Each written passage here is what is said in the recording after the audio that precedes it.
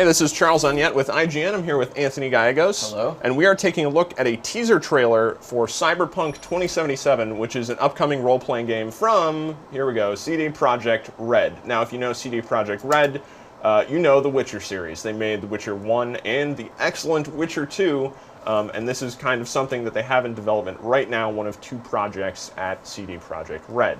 And obviously not a fantasy game. This is actually based on an old pen and paper role-playing game, and we get a very, not a lot of gameplay here, but we do get a look at the style of the world, as well as some references back to the pen and paper game. So obviously, first shot here, kind of shocking. What was going to happen when that bullet hit her? It could have gotten really gory, but it did not. It just kind of grazed off of her face, and if we look in here, we can see there are scrapes along her cheek as the bullet hits her. It doesn't look like bone under there, Charles. Yeah, I don't think that's bone. I don't think that's what normally happens. So, is she a robot? No, she's not actually. In the world of Cyberpunk, everyone can modify themselves for cosmetic reasons, for strength reasons, what have you. You can see kind of a line along her shoulder too to indicate that, you know, that's not exactly a naturally she occurring, looks assembled. Not a naturally occurring line, but she is a human. She's just heavily modified herself. Now, in the world of Cyberpunk, by heavily modifying yourself, you affect your sanity. Obviously, staring straight forward and not moving, not a natural reaction. I mean, I know it's slow motion, but still, she is not moving at all. Not a natural reaction. She has had a kind of psychotic break because of how much modification she's done to herself. Yeah, and as you'll see later in the trailer, the results are kind of violent. I mean, typically when a bullet hits you, you would at least have some sort of reaction in your eyes where you flinch. She's not moving back, no flinching, and that bullet completely exploded. So it'll move on forward to, I believe, the police. Yeah, so here we get a sense of the police force that's come in to kind of subdue her in this kind of psychotic break episode that she had. Here you get a look at some of the detail in the character costumes, in the weapon design. It looks like CD Projekt RED has a very clear kind of artistic vision with what we're seeing here, with how the various components of how the weapon works, how it's ejecting cartridges, the bullet design, and here we get a little bit of a hint of what's coming next with a discarded shoe and also a blood stain there. Yeah, even that bullet has scrapings on it from the barreling of the rifle. Okay, so here we'll see some references back to the pen and paper game. The image of the woman with the mechanical hand there is actually from a handbook for Cyberpunk, and Dynalar Technologies that you see in the window there is actually a reference back to the game as well. While you're playing the game, no one you'll see in this trailer is actually a playable character. You will create your character from scratch to play the game. And that may be one of the shops that you choose to upgrade yourself at. Now here we got a nice shot looking up at the setting itself. The setting is Night City, and we can see how there are kind of older parts of buildings down below, and then they're overlaid with futuristic elements. So this isn't a city that was entirely built, you know, in the future. It shows how the city has grown over time, and I think makes for a more believable setting. Yeah. You know, that's probably how it would work. That's how current cities are. You just build the new stuff. You don't wipe out everything and start over again. It's also interesting that they actually show the tech in place there, like these giant pistons that are kind of supporting the heavier structures placed on top of these old ones. Yeah, it's definitely. I mean, it's fiction, but it's a realistic kind of look for how this would be. Here we see more bullets hitting the woman here, and we see more artificial elements, and also get a better sense of what really happened here. Where she has giant arm blades embedded in her forearms.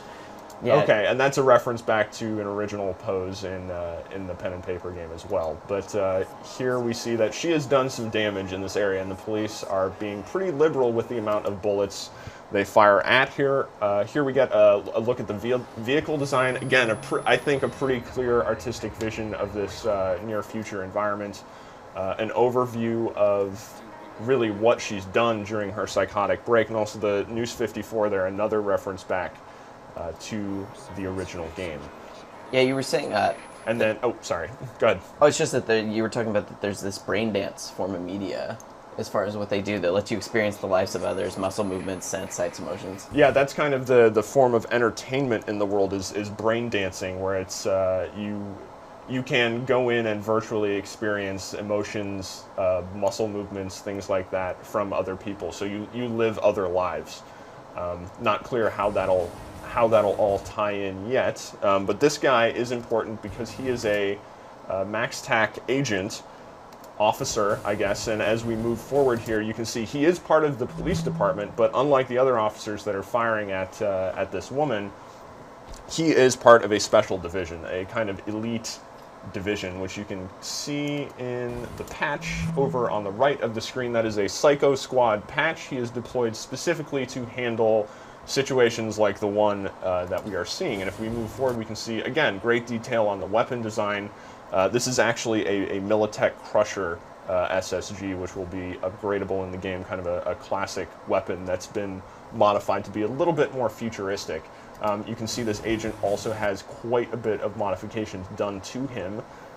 So it seems to be a pretty popular choice, at least within the people that we're looking at here. If everyone's doing it, why wouldn't you? Non-meatbags to modify themselves. And we should get a nice kind of overview shot of the scene here where you can really get a sense of the direction CD Projekt RED is going with this game, with these huge towering cities and more realistic style, I guess, as well as arm blades. Yeah, I mean, that's the thing about it, right? It looks fantasy, but, you know, like 70 years from now, maybe.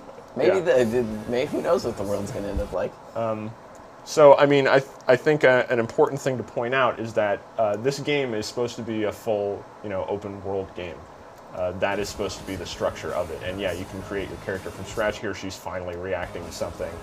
Zoom in on the weapon, and we get the title screen. But yeah, this is supposed to be a full open world experience that isn't really gated artificially, so that you can really explore basically wherever you want to. We don't get a lot of indication as to how that's necessarily going to work in this trailer. And this appears to be the same woman. She doesn't have any hair, but she does have a scratch mark on her cheek, and she is apparently somebody that you might meet while you're playing the game. So there could be some implications for what's going to occur. Now, CD Projekt RED has said that these are basically target renders for the game. They want the final game to look like this. I don't know if that's going to be possible. Those are pretty amazing looking character models. I really don't know if that's going to be possible. But, I mean, it is pretty far out, as we'll see coming up here as the trailer section ends. They say it's coming when it's ready. We get a more specific idea of when that might happen, if I can actually stop this properly. And all right, so I'm going to go back and find this text. But yeah, they say when it's ready.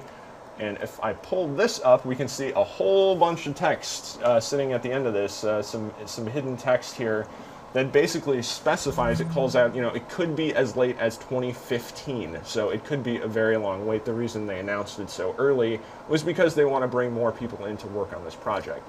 If it really is going to be, this much of a high production value open world sci-fi game like this with, in-depth role-playing game systems based on the pen and paper game, then yeah, it's going to be a pretty major project. So I assume they would need as many bright people as they can gather. Yeah, I wouldn't expect to see a playable version of this for at least a year, probably. It sounds like this is quite a ways off, and then you get a better sense of that actually at the bottom of this text block. CD Projekt RED points out that a project that would be coming more quickly, a little bit sooner, is there other unannounced role-playing project that they say will be more familiar, whether that's Witcher-ish, I don't know. Yeah, it says it will also be a fully open-world game. But it will also be open-world, and we'll hear more about that on the 5th of February, so not that far off. We'll get a better sense of really what CD Projekt RED is up to. I think it's great that they've apparently been so successful with Witcher that they're able to pull this kind of thing off. Yeah, I mean, it's not like this is an established brand that they're going to say Cyberpunk, and most of the people watching this will be like, oh yes, I remember Cyberpunk. Yeah, so, I think it's great that they're really, I mean, they're not dialing back. They are going full bore into making just really big, ambitious role-playing games. This is a really exciting project, and I look forward to seeing a lot more from them. And of course, you can find more coverage on IGN as we continue to follow it.